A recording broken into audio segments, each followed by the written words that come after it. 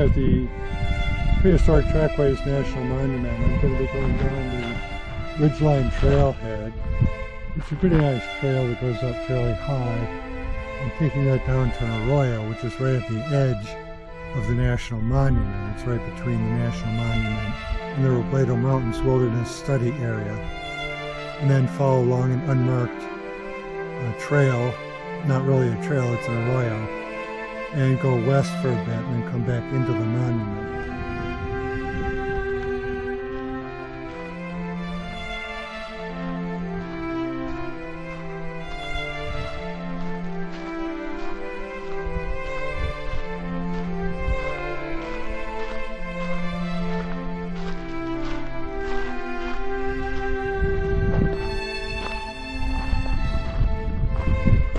Oh wait, what's this?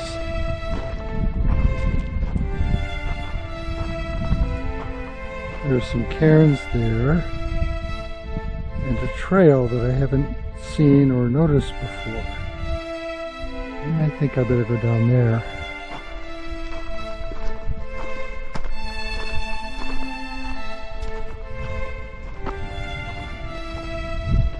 So as we progress along the Ridgeline Trail, we encounter this spot.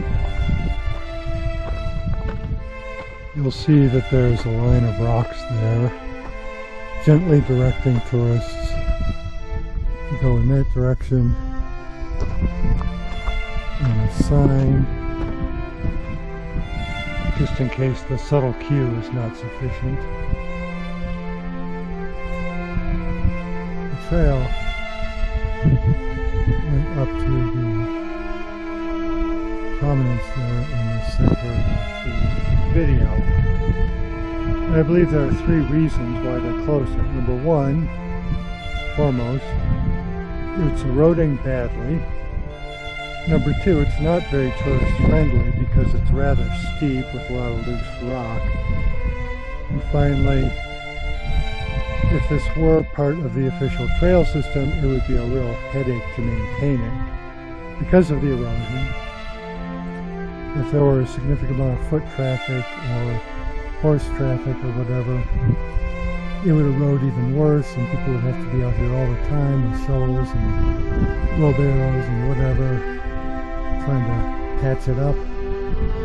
And I'm pretty sure that as valiant as our Bureau of Land Management people are, they're not really that interested in doing that all the time. So they would much rather have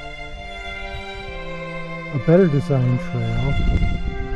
It's not going to erode as badly, and that is much easier for people to traverse.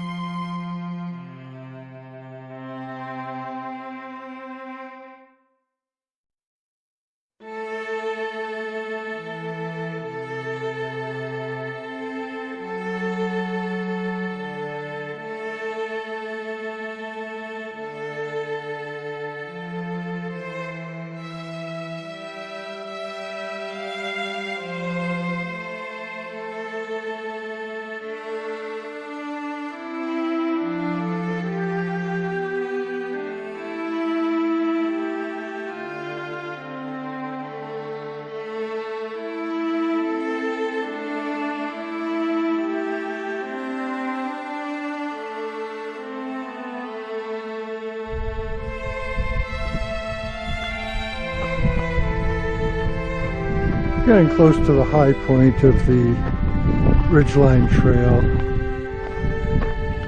See a nice cluster of prickly pear cactus up there with sotol in the background.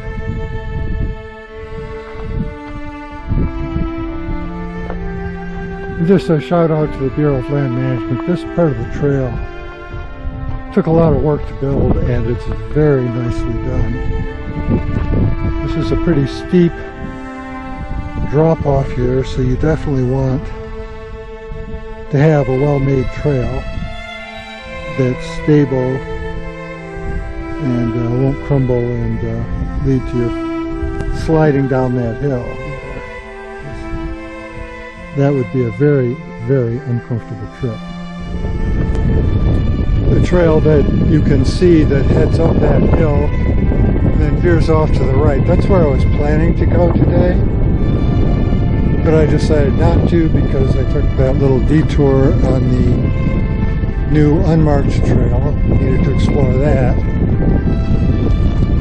So instead, I am going to turn around when we get to these trail markers, go off to the left, which goes downhill. That happens to go down to what's called the Discovery Site, which is where the Prehistoric Trackways were originally found by paleontologists exploring in this area.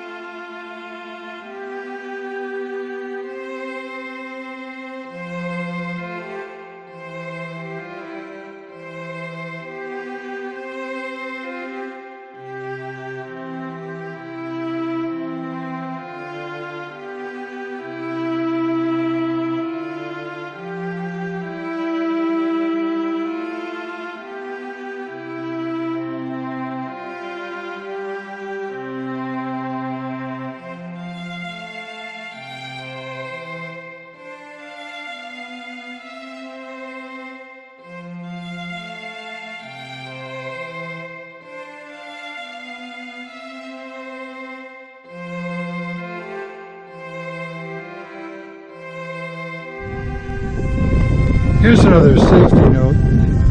You might notice that slope there in front of me with the red rock layers, you might think that's kind of appealing to kind of scramble up there and examine those rocks. It's very, very unstable and somewhat likely that if you try to scramble up there, you're not going to enjoy the experience.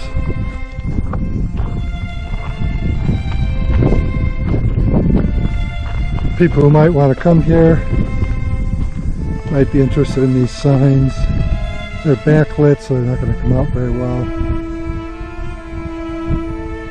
Gives a little bit of the history of this site, how it came to be explored and developed as a protected area. Here we see some impressions. That rock originally was formed by a mud flow back when this was an area with abundant water. And people who study this can learn a great deal by examining these impressions. To my inexpert eye, I can't really tell you what they mean.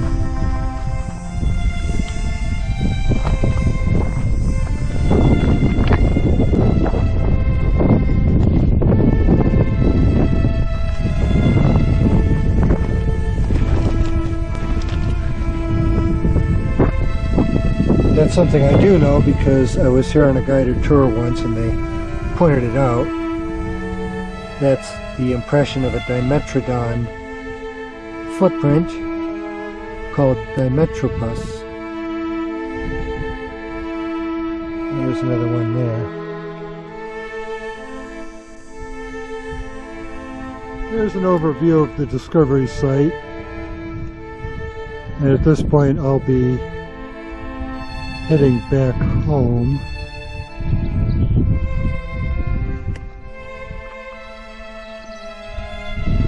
Along this trail. And I would like to mention a couple of things. One is there is an exhibit of the fossils that were found at this site at a museum downtown. Definitely worth going to if you plan to visit this area.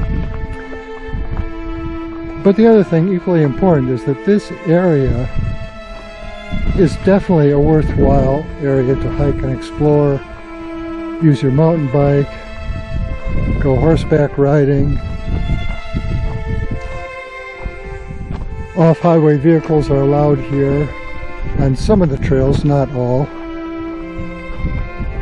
So I certainly encourage people to come out here for the sheer natural beauty of the area and not just focus on the fact that this was an area where some important fossil discoveries were made.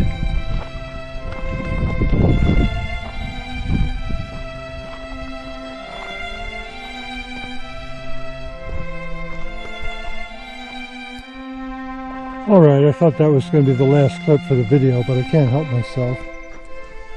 Here we see a Cleric Cactus. Technical name is Echinocerius coccineus. You can see the dried flower buds. I'm sure that was a spectacular specimen when the flowers were new. But that's an example of the kind of natural things that you can find out in this area that definitely make it worth your while to get out, spend time in nature, explore, and get curious about what you see.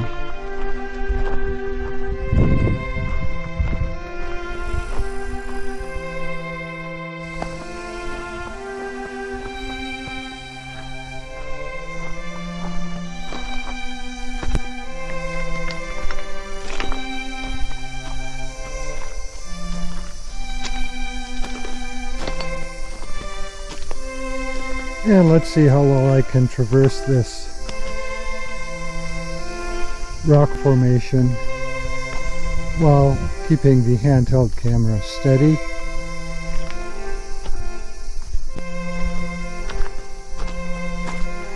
Alright, when I get home I'll see how I did.